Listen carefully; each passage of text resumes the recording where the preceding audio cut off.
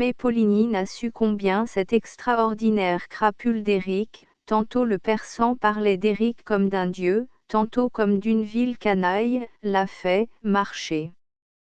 Poligny était superstitieux et Éric le savait. Éric savait aussi beaucoup de choses sur les affaires publiques et privées de l'opéra. Quand M. Poligny entendit une voix mystérieuse lui raconter, dans la loge numéro 5, l'emploi qu'il faisait de son temps et de la confiance de son associé, il ne demanda pas son reste. Frappé d'abord comme par une voix du ciel, il se crut damné, et puis, comme la voix lui demandait de l'argent, il vit bien à la fin qu'il était joué par un maître chanteur dont Debienne lui-même fut victime. Tous deux, las déjà de leur direction pour de nombreuses raisons, s'en allèrent, sans essayer de connaître plus à fond la personnalité de cet étrange F. Delot, qui leur avait fait parvenir un si singulier cahier des charges. Ils léguèrent tout le mystère à la direction suivante en poussant un gros soupir de satisfaction, bien débarrassés d'une histoire qui les avait fort intrigués sans les faire rire ni l'un ni l'autre. Ainsi s'exprima le persan sur le compte de messieurs Debienne et Poligny. À ce propos, je lui parlais de leurs successeurs et je m'étonnais que dans les mémoires d'un directeur, de M. Moncharmin, on parlât d'une façon si complète des faits et gestes de F. Delot. Dans la première partie, pour en arriver à ne plus rien en dire ou à peu près dans la seconde. À quoi le persan, qui connaissait ses mémoires comme s'il les avait écrits, me fit observer que je trouverais l'explication de toute l'affaire si je prenais la peine de réfléchir aux quelques lignes que, dans la seconde partie précisément de ses mémoires, Moncharmin a bien voulu consacrer encore aux fantômes. Voici ces lignes, qui nous intéressent, du reste, tout particulièrement, puisqu'on y trouve relatée la manière fort simple dont se termina la fameuse histoire des 20 000 francs, à propos de F. Delot. C'est M. Moncharmin qui parle, dont j'ai narré ici même, au commencement de mes mémoires, quelques-unes des singulières fantaisies. Je ne veux plus dire qu'une chose, c'est qu'il racheta par un beau geste tous les tracas qu'il avait causés à mon cher collaborateur et, je dois bien l'avouer, à moi-même. Il jugea sans doute qu'il y avait des limites à toute plaisanterie, surtout quand elle coûte aussi cher et quand le commissaire de police est saisi, car, à la minute même où nous avions donné rendez-vous dans notre cabinet à M. Mifroid pour lui conter toute l'histoire, quelques jours après la disparition de Christine Deshaies, nous trouvâmes sur le bureau de Richard, dans une belle enveloppe sur laquelle on lisait à l'encre rouge, de la part de F. Delot, les sommes assez importantes qu'il avait réussi à faire sortir momentanément, et dans une manière de jeu, de la caisse directoriale.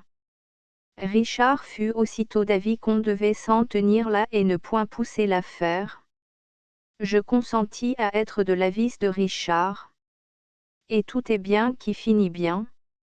N'est-ce pas, mon cher F. Delot?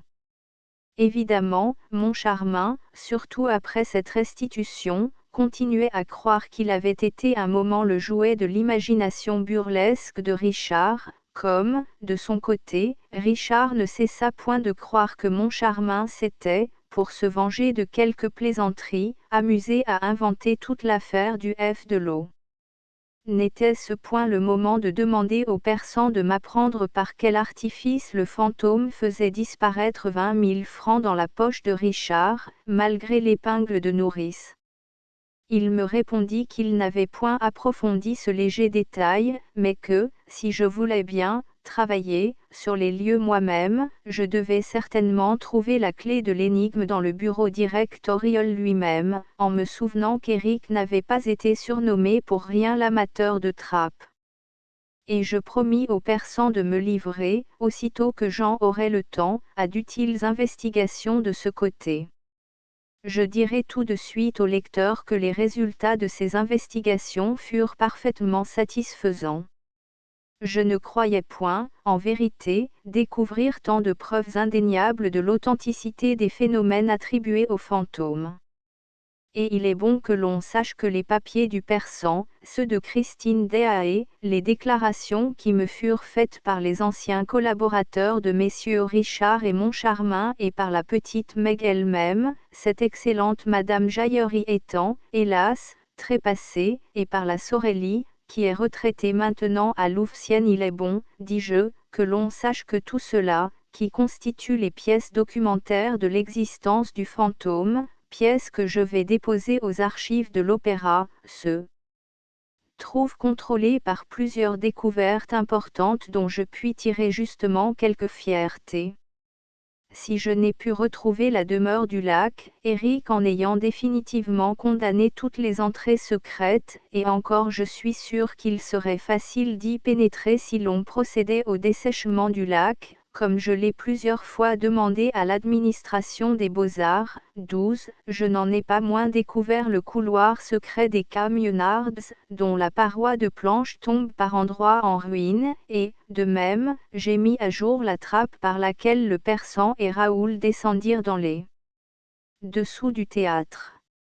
J'ai relevé, dans le cachot des Camionards, beaucoup d'initiales tracées sur les murs par les malheureux qui furent enfermés là et, parmi ces initiales, un R et un C.RC.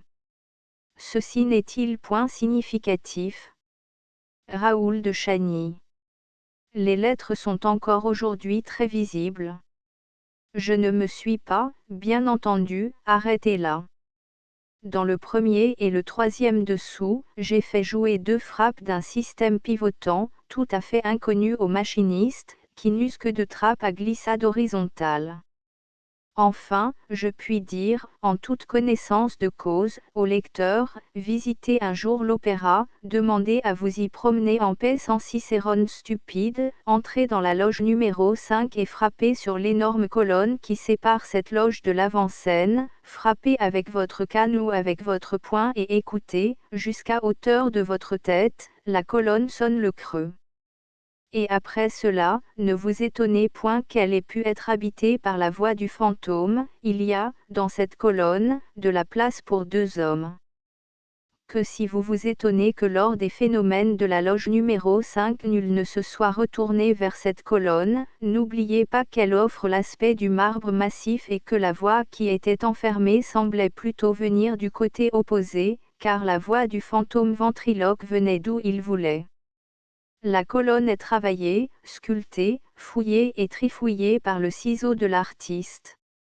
Je ne désespère pas de découvrir un jour le morceau de sculpture qui devait s'abaisser et se relever à volonté, pour laisser un libre et mystérieux passage à la correspondance du fantôme avec Madame Jaillerie et à ses générosités. Certes, tout cela, que j'ai vu, senti, palpé, n'est rien à côté de ce qu'en réalité un être énorme et fabuleux comme Eric a dû créer dans le mystère d'un monument comme celui de l'opéra, mais je donnerai toutes ces découvertes pour celles qu'il m'a été donné de faire, devant l'administrateur lui-même, dans le bureau du directeur, à quelques centimètres du fauteuil, une trappe, de la largeur de la lame du parquet, de la longueur d'un avant-bras, pas plus, une trappe qui se rabat comme le couvercle d'un coffret, une trappe par où je vois sortir une main qui travaille avec dextérité dans le pen d'un habit à queue de morue qui traîne. C'est par là qu'étaient partis les 40 000 francs. C'était aussi par là que, grâce à quelques truchements, ils étaient revenus. Quand j'en parlais avec une émotion bien compréhensible au persan, je lui dis, Eric s'amusait donc simplement puisque les 40 000 francs sont revenus à faire le facétieux avec son cahier des charges. Il me répondit, ne le croyez point. Eric avait besoin d'argent. Se croyant hors de l'humanité, il n'était point gêné par le scrupule et il se servait des dons extraordinaires d'adresse et d'imagination qu'il avait reçus de la nature en compensation de l'atroce laideur dont elle l'avait doté, pour exploiter les humains, et cela quelquefois de la façon la plus artistique du monde, car le tour valait souvent son pesant d'or. S'il a rendu les 40 000 francs, de son propre mouvement, à messieurs Richard et Moncharmin, c'est qu'au moment de la restitution il n'en avait plus besoin. Il avait renoncé à son mariage avec Christine Daae. Il avait renoncé à toutes les choses du dessus de la terre. D'après le Persan, Éric était originaire d'une petite ville aux environs de Rouen. C'était le fils d'un entrepreneur de maçonnerie. Il avait fui de bonne heure le domicile paternel, où sa laideur était un objet d'horreur et d'épouvante pour ses parents. Quelque temps, il s'était exhibé dans les foires, où son impresario le montrait comme « mort-vivant ». Il avait dû traverser l'Europe de foire en foire et compléter son étrange éducation d'artiste et de magicien à la source même de l'art et de la magie, chez les Bohémiens. Toute une période de l'existence d'Éric était assez obscure.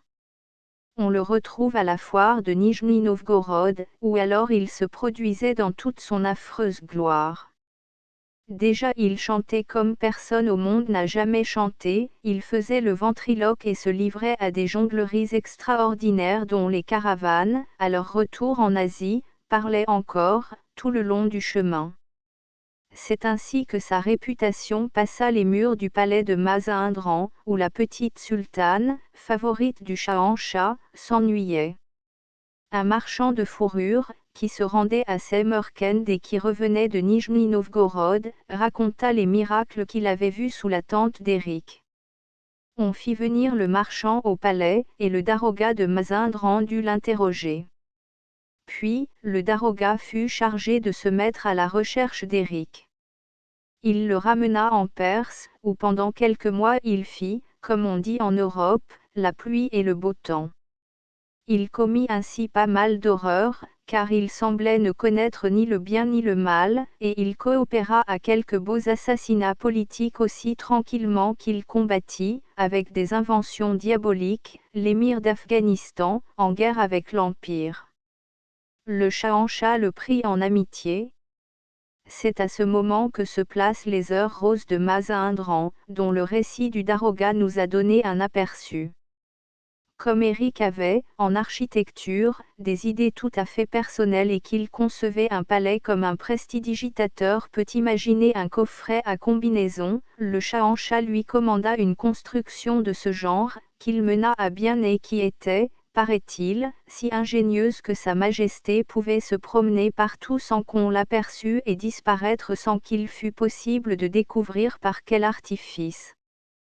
Quand le Shahanshah se vit le maître d'un pareil joyau, il ordonna, ainsi que l'avait fait certain tsars à l'égard du génial architecte d'une église de la Place Rouge, à Moscou, qu'on crevât à Éric ses yeux d'or. Mais il réfléchit que, même aveugle, Éric pourrait construire encore, pour un autre souverain, une aussi inouïe demeure, et puis, enfin, que, Éric vivant, quelqu'un avait le secret du merveilleux palais. La mort d'Éric fut décidée, ainsi que celle de tous les ouvriers qui avaient travaillé sous ses ordres. Le daroga de Mazindran fut chargé de l'exécution de cet ordre abominable. Éric lui avait rendu quelques services et l'avait bien fait rire. Il le sauva en lui procurant les moyens de s'enfuir.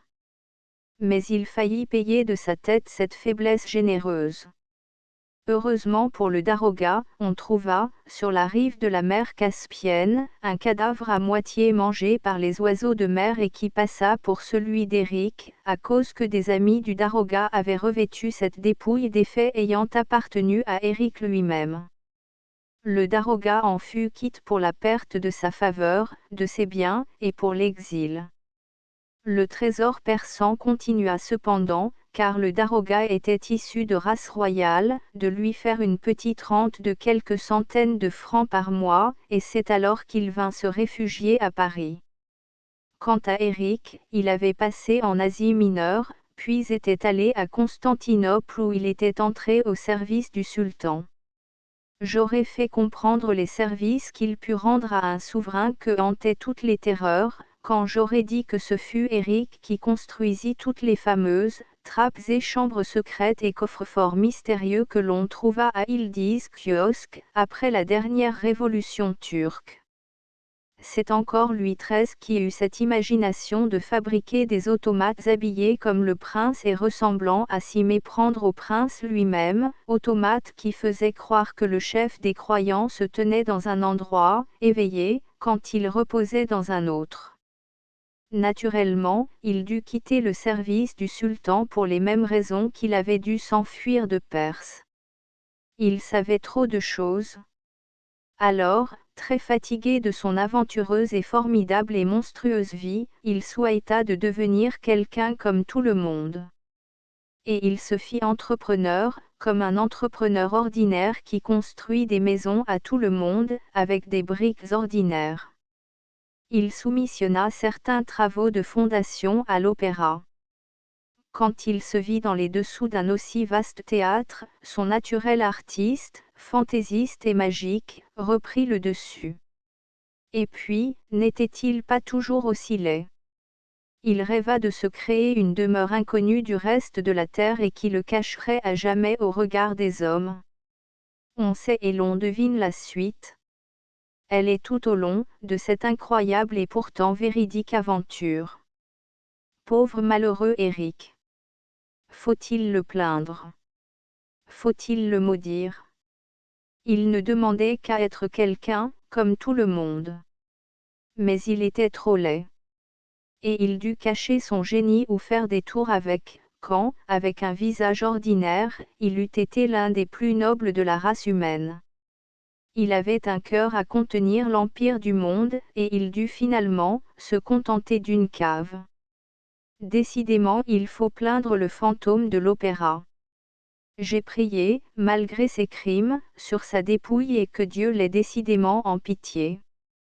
Pourquoi Dieu a-t-il fait un homme aussi laid que celui-là? Je suis sûr, bien sûr, d'avoir prié sur son cadavre, l'autre jour quand on l'a sorti de la terre, à l'endroit même où l'on enterrait les voix vivantes, c'était son squelette. Ce n'est point à la laideur de la tête que je l'ai reconnu, car lorsqu'ils sont morts depuis si longtemps, tous les hommes sont laids, mais à l'anneau d'or qu'il portait et que Christine Daae était certainement venue lui glisser au doigt, avant de l'ensevelir, comme elle le lui avait promis. Le squelette se trouvait tout près de la petite fontaine, à cet endroit où pour la première fois, quand il l'entraîna dans les dessous du théâtre, l'ange de la musique avait tenu dans ses bras tremblants Christine Daae évanouie. Et, maintenant, que va-t-on faire de ce squelette? On ne va pas le jeter à la fosse commune. Moi, je dis, la place du squelette du fantôme de l'opéra est aux archives de l'Académie nationale de musique, ce n'est pas un squelette ordinaire. 12 gens parlaient encore 48 heures avant l'apparition de cet ouvrage, à Monsieur Dujardin-Beaumetz, notre si sympathique sous-secrétaire d'État aux Beaux-Arts, qui m'a laissé quelque espoir, et je lui disais qu'il était du devoir de l'État d'en finir avec la légende du fantôme pour rétablir sur des bases indiscutables l'histoire si curieuse d'Éric. Pour cela, il est nécessaire, et ce serait le couronnement de mes travaux personnels, de retrouver la demeure du lac, dans laquelle se trouvent peut-être encore des trésors pour l'art musical. On ne doute plus qu'Éric fut un artiste incomparable. Qui nous dit que nous ne trouverons point dans la demeure du lac, la fameuse partition de son Don Juan triomphant. 13 interview de Mohamed Ali Bey, au lendemain de l'entrée des troupes de Salonique, à Constantinople, par l'envoyé spécial du matin. Astérisque astérisque astérisque End of the Project Gutenberg e-book Le fantôme de l'opéra astérisque astérisque astérisque Updated editions will replace the previous one. The all editions will be renamed. Creating the works from print editions not protected by US copyright law means that no one owns the United States copyright in these works, so the Foundation, and you, can copy and distribute it in the United States without permission and without paying copyright royalty. Special rule, set forth in the general terms of use part of this license, apply to copying and distributing Project Gutenberg symbol marque commercial electronic works to protect the Project Gutenberg symbol marque commercial concept and trademark. Project Gutenberg is a registered trademark, and may not be used if you charge for any book, except by following the terms of the trademark license, including paying royalty for use of the Project Gutenberg trademark. If you do not charge anything for copy of this ebook, complying with the trademark license is very easy. You may use this ebook for nearly any purpose such as creation of derivative works, report, performance and research. Project Gutenberg ebooks may be modified and printed and given away. You may do practically anything in the United States with ebooks not protected by US copyright law. Redistribution is subject to the trademark license, especially commercial redistribution. Start, full license. The full Project Gutenberg license. Please read this before you distribute or use this work to protect the Project Gutenberg symbol mark. Commercial mission of promoting the free distribution of electronic works, by using or distributing this work, or any other work associated in any way with the phrase Project Gutenberg. You agree to comply with all the terms of the full Project Gutenberg symbol mark commercial license available with this file or online at www.gutenberg.org/licence. Section 1. General Terms of Use and Redistributing Project Gutenberg symbol mark commercial electronic works. 1.a By reading or using any part of this Project Gutenberg symbol mark commercial electronic work, you indicate that you have read, understand, agree to and accept all the terms of this license and intellectual property, trademark/copyright, agreement. If you do not agree to abide by all the terms of this agreement, you must cease using and return or destroy all copy of Project Gutenberg symbol mark commercial electronic works in your possession. If you paid a fee for obtaining a copy of or access to a Project Gutenberg symbol mark commercial electronic work and you do not agree to be bound by the terms of this agreement, you may obtain a refund from the person or entity to whom you paid the fee as set forth in paragraph 1.e.8. 1.b Project Gutenberg is a registered trademark. It may only be used on or associated in any way with an electronic work by people who agree to be bound by the terms of this agreement. There are a few things that you can do with most Project Gutenberg symbol mark commercial electronic works even without complying with the full terms of this agreement. See paragraph 1.c below. There are a lot of things you can do with Project Gutenberg symbol mark commercial electronic works if you follow the terms of this agreement and help preserve free future access to Project Gutenberg symbol mark commercial electronic works. See paragraph 1.e below. 1.c. The Project Gutenberg Literary Archive Foundation, the Foundation or PGLAF, owns a compilation copyright in the collection of Project Gutenberg symbol mark commercial electronic works. Nearly all the individual works in the collection are in the public domain in the United States. If an individual work is unprotected by copyright law in the United States and you are located in the United States, we do not claim a right to prevent you from copying, distributing, performing, displaying or creating derivative works based on the work alone as all references to Project Gutenberg are removed. Of course, we hope that you will support the Project Gutenberg symbol mark commercial mission of promoting free access to electronic works by freely sharing Project Gutenberg symbol mark commercial works in compliance with the terms of this agreement for keeping the Project Gutenberg symbol mark commercial name associated with the work. You can easily comply with the terms of this agreement by keeping this work in the same format with its attached full project Gutenberg symbol marque commerciale licence when you share it without charge with others. 1.d. The copyright laws of the place where you are located also govern what you can do with this work. Copyright laws in most countries are in a constant state of change. If you are outside the United States, check the laws of your country in addition to the terms of this agreement before downloading, copying, displaying, performing, distributing or creating derivative works based on this work or any other project Gutenberg symbol marque commercial work. The Foundation makes no representations concerning the copyright status of any work in any country other than the United States.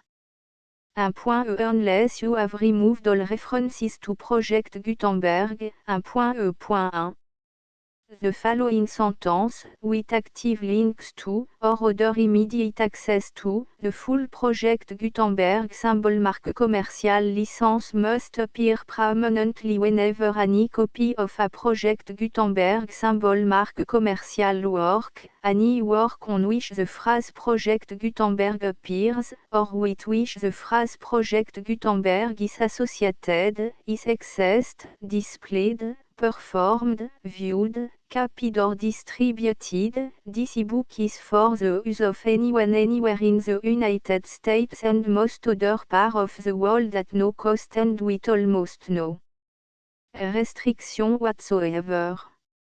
You may copy it, give it away or reuse it under the terms of the Project Gutenberg license included with this ebook or online at www.gutenberg.org. If you are not located in the United States, you will have to check the laws of the country where you are located before using this ebook. 1.e.2 If an individual Project Gutenberg symbol marque commercial electronic work is derived from texts not protected by US copyright law, does not contain a notice indicating that it is posted with permission of the copyright holder, the work can be copied and distributed to anyone in the United States without paying any fees or charge. If you are redistributing or providing access to a work with the phrase Project Gutenberg associated with or appearing on the work, you must comply either with the requirements of paragraphs 1.e.1 through 1.e.7 or obtain permission for the use of the work and the Project Gutenberg symbol marque commercial trademark as set forth in paragraphs 1.e.8 or 1.e.9. 1.e.3 If an individual Project Gutenberg symbol marque commercial electronic work is posted with the permission of the copyright holder, your use and distribution must comply with both paragraphs 1.e.1 through 1.e.7 and any additional terms imposed by the copyright holder. Additional terms will be linked to the Project Gutenberg symbol marque commercial license for all works posted with the permission of the copyright holder found at the beginning of this work. 1.e.4 Do not unlink or detach or remove the full Project Gutenberg symbol marque commercial license terms from this work, or any file containing a part of this work or any other work associated with Project Gutenberg symbol marque commercial. 1.e.5 Do not copy, display, perform, distribute or redistribute this electronic work, or any part of this electronic work, without permanently displaying the sentence set forth in paragraph 1.e.1 with active links or immediate access to the full terms of the Project Gutenberg symbol marque commercial license. 1.e.6 You may convert to and distribute this work in any binary, compressed, marked up, non-proprietary or proprietary form, including any word processing or hypertext form. However, if you provide access to or distribute copy of a project Gutenberg symbol mark commercial work in a format other than plain vanilla ASCII or other format used in the official version posted on the official project Gutenberg symbol mark commercial website, www.gutenberg.org, you must, at no additional cost, fee or expense to the user, provide a copy, a means of exporting a copy, or a means of obtaining a copy upon request, of the work in its original plain vanilla ASCII or other form. Any alternate format must include the full project Gutenberg symbol mark commercial license as specified in paragraph 1.e.1. 1.e.7. Do not charge a fee for access to, viewing, displaying, performing, copying or distributing any project Gutenberg symbol mark commercial works unless you comply with paragraph 1.e.8 or 1.e.9. 1.e.8. You may charge a reasonable fee for copy of or providing access to or distributing project Gutenberg symbol mark commercial electronic works provided that you pay a royalty fee of 20% of the gross profit you derive from the use of project Gutenberg symbol mark commercial works calculated using the method you already use to calculate your applicable tax. The fee is owed to the owner of the project Gutenberg symbol mark commercial trademark, BU et HAS agreed to donate royalty under this paragraph to the project Gutenberg Literary Archive Foundation. Royalty payment must be paid within 60 days following each date on which you prepare, or are legally required to prepare, your periodic tax returns. Royalty payment should be clearly marked assumptions to the project Gutenberg Literary Archive Foundation at the address specified in section 4, information about donation to the project Gutenberg Literary Archive Foundation. You provide a full refund of any money paid by a user who notifies you in writing, or by email, within 30 days of receipt that // does not agree to the terms of the full project Gutenberg symbol mark commercial license. You must require such a user to return or destroy all copy of the works possessed in a physical medium and discontinue all use of and all access to other copy of project Gutenberg symbol mark commercial works. You provide, in accordance with paragraph 1.f.3, a full refund of any money paid for a work or a replacement copy, if a defect in the electronic work is discovered and reported to you within 90 days of receipt of the work. You comply with all other terms of this agreement for free distribution of project Gutenberg symbol mark commercial works. 1.e.9. If you wish to charge a fee or distribute a project Gutenberg symbol mark commercial electronic work or group of works on different terms than are set forth in this agreement, you must obtain permission in writing from the project Gutenberg Literary Archive Foundation, the manager of the project Gutenberg symbol mark commercial trademark. Contact the Foundation as set forth in section 3 below.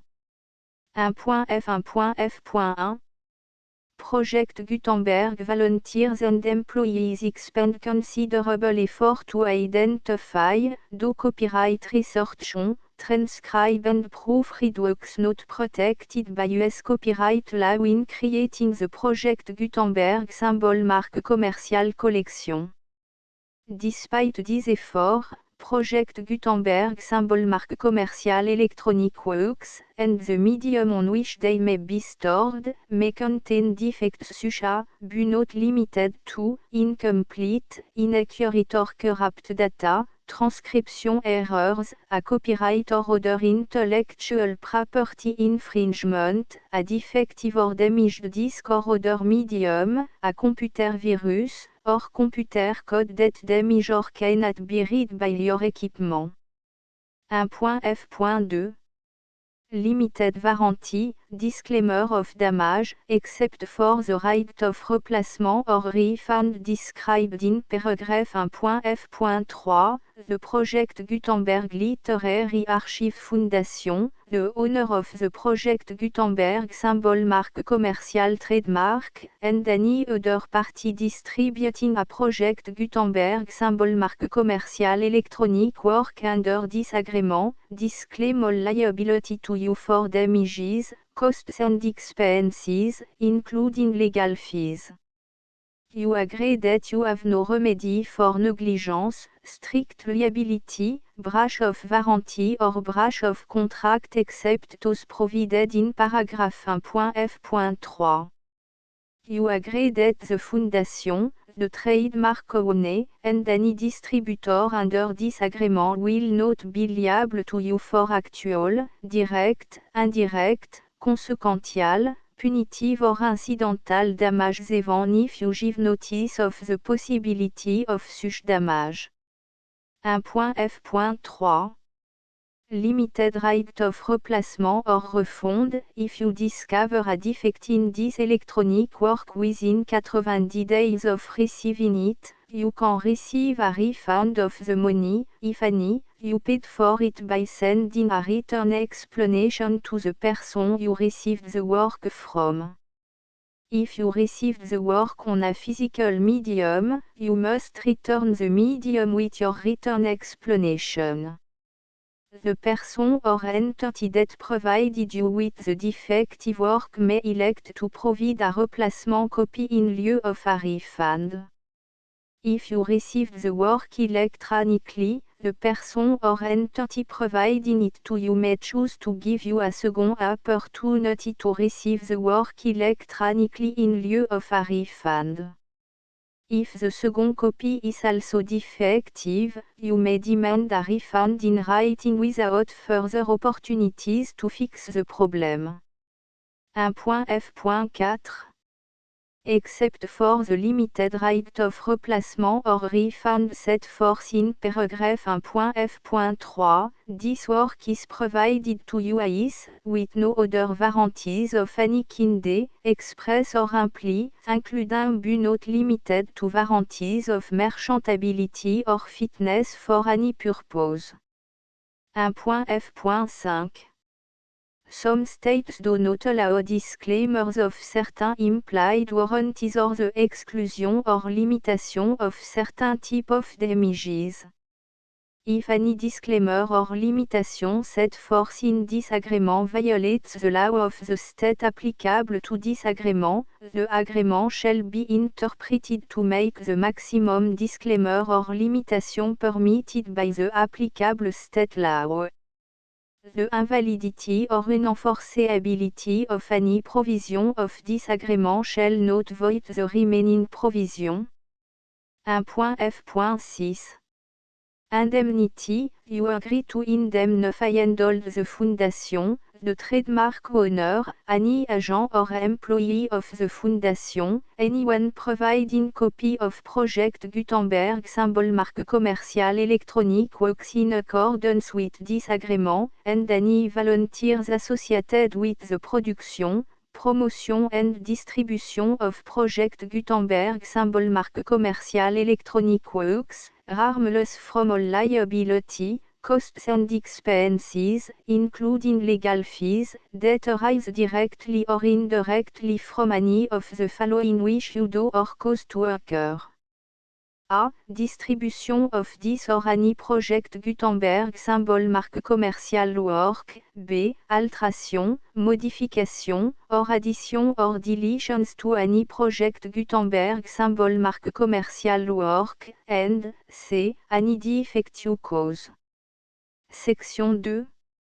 Information about the mission of Project Gutenberg symbol marque commerciale. Project Gutenberg symbol marque commerciale is synonymous with the free distribution of electronic works in format readable by the widest variety of computer including obsolete, old, middle-aged and new computer. It exists because of the effort of hundreds of volunteers and donations from people in all walks of life. Volunteers and financial support to provide volunteers with the assistance they need are critical to reaching Project Gutenberg symbol marque commerciale's goals and ensuring that the Project Gutenberg symbol marque commercial collection will remain freely available for generations to come. In 2001, the Project Gutenberg Literary Archive Foundation was created to provide a secure and permanent future for Project Gutenberg symbol marque commercial and future generations. To learn more about the Project Gutenberg Literary Archive Foundation and how your efforts and donations can help, see section 3 and 4 and the Foundation information page at www.gutenberg.org. Section 3. Information about the Project Gutenberg Literary Archive Foundation. The Project Gutenberg Literary Archive Foundation is a non-profit 501(c)(3) educational corporation organized under the laws of the state of Mississippi and granted tax-exempt status by the Internal Revenue Service.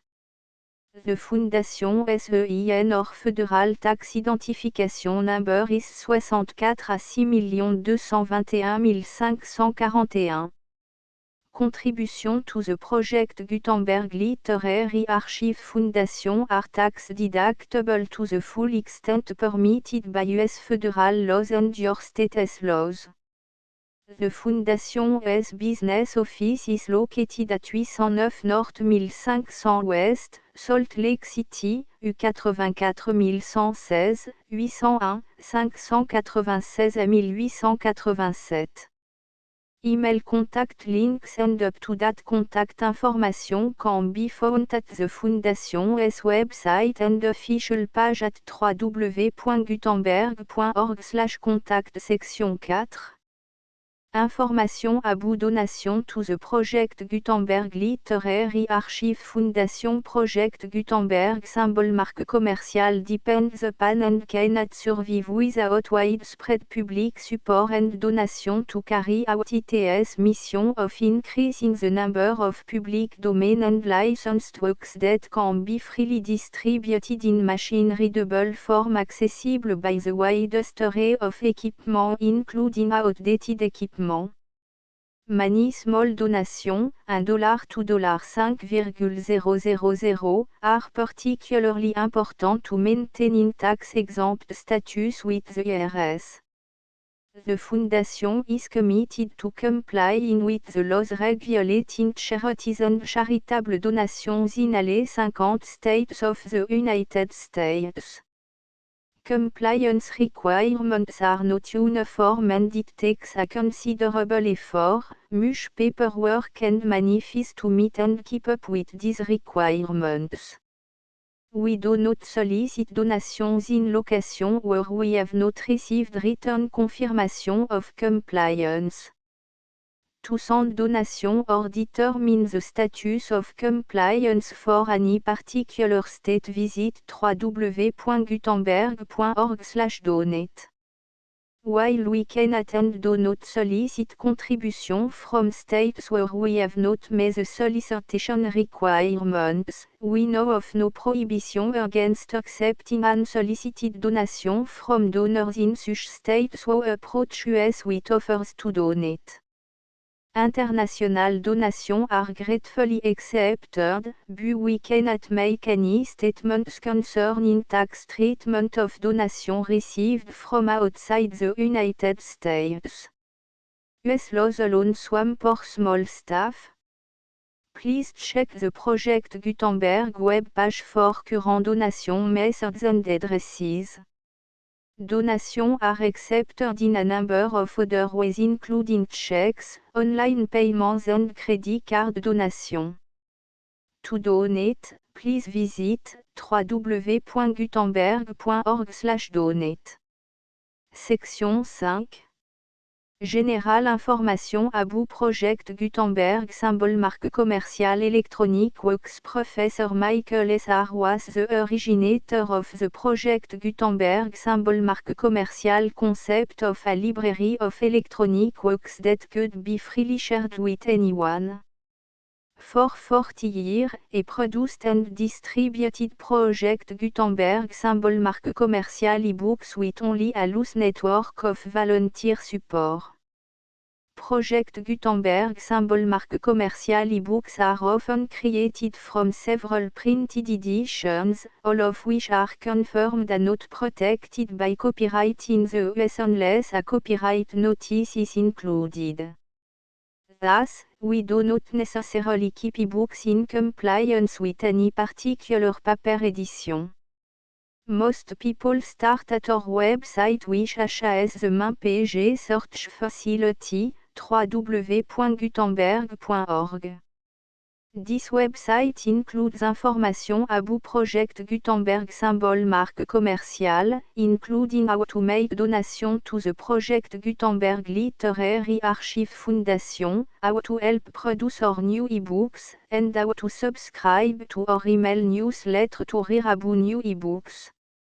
Gaston Leroux Le Fantôme de l'Opéra Pierre Lafitte et compagnie éditeur Paris Le Fantôme de l'Opéra Table des matières avant-propos où l'auteur de ce singulier ouvrage raconte au lecteur comment il fut conduit à acquérir la certitude que le fantôme de l'opéra a réellement existé. Is le fantôme de la Marguerite Nouvelle 3 août. Pour la première fois, messieurs de Bienne et Poligny donnent, en secret, au nouveau directeur de l'opéra, messieurs Armand Moncharmin et Firmin Richard, la véritable et mystérieuse raison de leur départ de l'Académie nationale de musique 4. La loge numéro 5V suite 2, la loge numéro 5, 6 le violon enchanté 7 une visite à la loge numéro 5-8 où messieurs Firmin Richard et Armand Moncharmin ont l'audace de faire représenter Faust, dans une salle, maudite, et de l'effroyable événement qui en résulta 9 le mystérieux coupé X au bal masqué 11 il faut oublier le nom de, la voix d'homme, 12 au-dessus des trappes 13 la lyre d'Apollon 14 un coup de maître de l'amateur de trappe 15 singulière attitude d'une épingle de nourrice 16,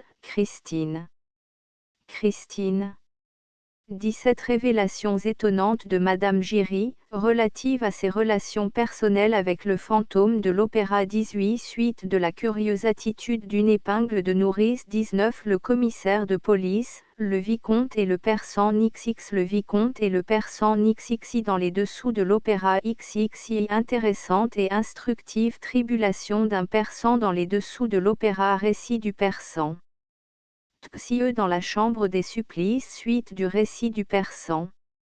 Tpsiv les supplices commencent, suite du récit du persan, XXV, tonneaux avez-vous des tonneaux à vendre? Suite du récit du persan, XXV faut-il tourner le scorpion? Faut-il tourner la sauterelle? Fin du récit du persan. Tecvi la fin des amours du fantôme épilogue The Full Project Gutenberg licence.